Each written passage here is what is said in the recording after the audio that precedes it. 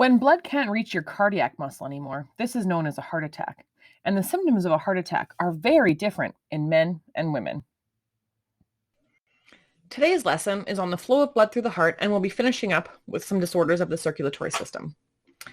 The vessels that carry blood are organized into three different pathways: the pulmonary pathway, the systemic pathway, and the coronary pathway. The pulmonary pathway carries oxygen-poor blood from the right side of the heart to the lungs, where it becomes oxygenated and returns back to the left side of the heart. The systemic pathway carries oxygen-rich blood from the left ventricle of the heart to the body tissues via the aorta.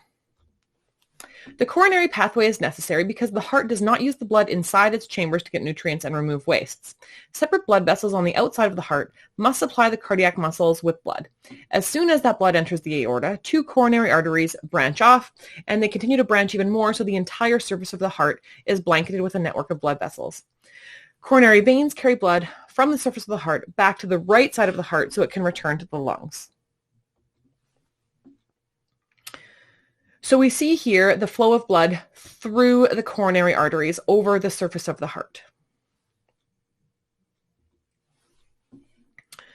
The right side of the heart receives oxygen-poor blood coming back from the body. So this comes from the superior vena cava into the right atrium. The two large, we have an inferior vena cava also coming from the body, and a superior one that enters the top of the right atrium. The superior vena cava brings oxygen-poor blood back from the head, chest, and arms, where the inferior vena cava brings oxygen-poor blood to the right atrium from the organs and lower extremities. From the right atrium, blood flows through the atrioventricular valve, called the tricuspid valve, into the right ventricle. Blood from the right ventricle is then pumped through another valve, called the semilunar valve, into the pulmonary trunk and pulmonary vein artery. The pulmonary trunk branches into the right and left pulmonary arteries. These pulmonary arteries bring blood to the lungs, where gas exchange occurs and blood is filled with oxygen. So these arteries, remember, arteries always travel away from the heart, contain oxygen-poor blood. The left and right pulmonary arteries are the only arteries in the body that don't contain oxygen-rich blood. But because they're traveling away from the heart, they are arteries. So blood flow in the right side of the heart. So we go from the body to the inferior and superior vena cava, to the right atrium, through the atrioventricular valve, to the right ventricle, through the pulmonary trunk to the left and right pulmonary arteries, to the lungs. And here's a simple flow chart if we follow that blue line from the top. So we have the left and right, or superior vena cava, going into the right atrium at the top, right ventricle, and then to the lungs, where it becomes oxygenated. The left side of the heart receives oxygenated blood from the lungs and pumps to the body tissue. So the oxygen-rich blood flows from the right and left lungs back into the heart through the pulmonary veins. So again, veins travel towards the heart, and these are the only veins in the body that can carry oxygen-rich blood. The rest of the veins in the body that travel towards the heart carry oxygen-poor blood. The oxygen-rich blood arrives into the left atria. The left atria is then going to pump blood through another atrioventricular valve called the bicuspid valve into the left ventricle. The left ventricle is very strong and thickly muscled, as it has to pump blood to the entire body. So the left ventricle is much stronger than the right ventricle. Blood leaves through the left ventricle through another semilunar valve and enters the aorta. The aorta is the largest blood vessel in the body, and it branches into large arteries to allow blood to be carried through the body. So on the left side of the lungs, blood goes from the lungs through the pulmonary veins to the left atrium, the left ventricle, the aorta, and then to the body. So we'll follow the red pathway starting at the lungs for the blood flow on the left side of the heart. So we go from the lungs to the left atrium, to the left ventricle, out through the aorta to the body. So this pumping of the blood causes us to have a blood pressure. As blood passes through the vessels, it exerts pressure against the vessel walls. This pressure can change depending on what phase the heart is in. And the further you get from the heart, blood pressure decreases. So arteries have highest blood pressure and veins have the lowest blood pressure. So we can look at the aorta and we can have a change in blood pressure we have during our systolic and diastolic phases of the heartbeat. where we have a higher blood pressure when our ventricles are contracting and a lower pressure when our ventricles are relaxed. As you can see in the veins, there is really no blood pressure as blood is just flowing mildly back to the heart due to the contractions of our skeletal muscles. So the systolic pressure in a heartbeat is the maximum pressure in a blood vessel when the muscular ventricles contract. So they contract, forcing blood out through the aorta or pulmonary arteries, and this is a very strong contraction. The diastolic pressure is the lowest pressure, and it's measured just before the ventricles contract. So the blood pressure will be measured using typically a blood pressure cuff known as a sphegmometer, and is measured in millimeters of mercury. A typical healthy young person should have a systolic pressure of 120 millimeters of mercury and a diastolic pressure of 80 millimeters of mercury. So somewhere below that. So sometimes people have 100 over 60, 110 over 70, 120 over 80. So here's how a sphegmometer works. So you wrap the blood pressure cuff around your upper arm and you inflate it with air until it cuts off blood flow to your lower extremity. Then it is going to slowly deflate, allowing blood to flow through, and it's going to measure that pressure when there's an audible sound, or your doctor will measure where there's an audible sound of blood flowing past the blood pressure cuff.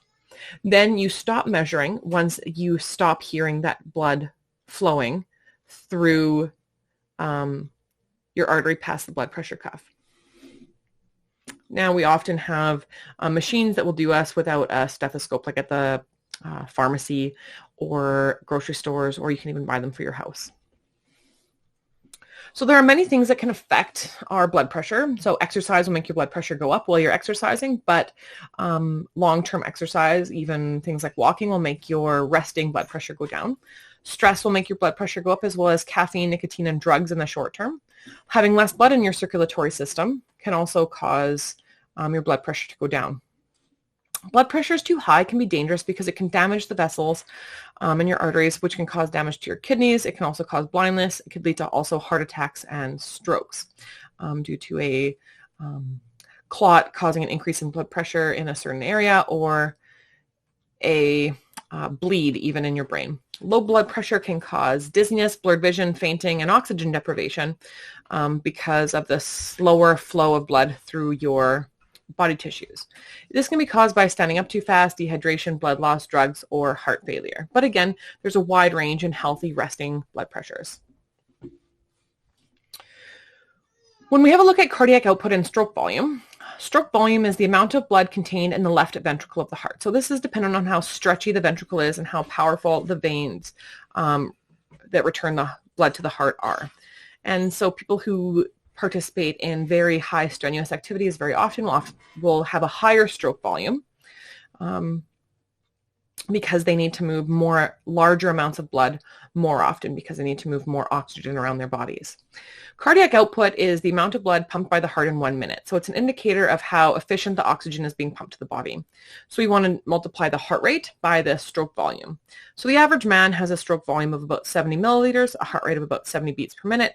So the average cardiac output would be 4,900 milliliters per minute. Well, and you could see if you had a higher stroke volume, you could have a lower resting heart rate and still have the same cardiac output. So if you had a 80 milliliter stroke volume and you had 50 beats per minute, you would be at about 4,500 milliliters per minute. So right in the range, but a much lower resting heart rate. So having a low resting heart rate is a good indicator of how efficient your heart is. So like I said, cardiovascular exercise increases the size of the ventricular chambers and increases the stroke volume. So the heart has to work less and it can beat more slowly. But it's still just as efficient. Another indicator of cardiovascular fitness is the amount of time it takes for your heart to recover after exercise. So if your heart more quickly returns to its resting after exercise, your heart is more fit. So first, looking at some cardiovascular diseases, this is the #1 killer of Canadians. It's highly preventable by changing lifestyles, whether it's exercising, losing weight, quitting smoking, eating healthier, sitting less, and walking more. So arterial sclerosis is the thickening of the arterial walls, which causes them to lose elasticity. So they can narrow due to fatty buildup, which can cause a decrease in blood flow and an increase in blood pressure. if you had a clot that was traveling through your circulatory system, this buildup can cause a blood clot, which could completely stop flow to a certain area of your body. If it's in your heart, we would call this a heart attack. If it's in your brain, we would call this a stroke. This often needs to be solved with, can be solved with medication, an angioplasty, a bypass, or a stent holding up open the artery. So a heart attack is a very serious and immediate condition that can cause cardiac death. So it can be part of your cardiac tissue. And if it goes on for too long, the decrease in oxygen can cause some long-term effects to an individual or even death. So men and women actually have different heart attack symptoms, and lots of the previous research focused on men's heart attack symptoms. Fortunately for men, because their symptoms are so well known, they're more likely to survive their first heart attack than women are. So men will have sweat, they'll have pain in their arms, chest, neck, or jaw. Often you'll see people grab their left arm in movies. Shortness of breath and the feeling of heartburn or indigestion. Women will often get dizziness, back pain between their shoulder blades, shortness of breath, again, indigestion or gas pain, and be extremely tired. So it's important to know the differences in heart attack symptoms between men and women, especially for women, to be able to have early identification of a possible heart attack. So with an angioplasty, this is one of the ways that we can help reduce the risk of a heart attack or stroke due to arterial sclerosis. So we'll insert a thin tube with a balloon into a narrow area, inflate the balloon, which will flatten the plaque inside the artery, which then opens it, allowing for improved blood flow. A coronary bypass is when we put an artificial graft vein to bypass a blocked artery. So we have a blocked artery which is preventing blood from flowing to a certain area of the cardiac tissue. So we have this artificial vein on the outside of it to allow blood to flow past that blockage. This is a picture of a Berlin heart, which is something that we have now for pediatric patients who need heart transplants. So they attach it to the structures in a pediatric heart, and it will allow their blood to be filtered externally through the body and allow for oxygen to be added, carbon dioxide to be taken away until a heart transplant is able to be completed. So there can also be problems with valves, heart structures, or the electrical functioning of the heart that can be caused by birth defects that can be acquired later in life. Heart murmurs are often caused by the misflow of blood through the heart. So if we have a valve that's not closing properly, you can also have a hole in the heart, in the septum, which causes a mixture of the oxygenated and deoxygenated blood. Sometimes these self-correct, and sometimes surgery needs to be done to correct them. And in severe cases, a heart transplant must need to be done for the patient to continue living their life. Okay, so that's when we talked about the blood flow of the heart today, as well as some cardiac disorders, as well as some ways of treating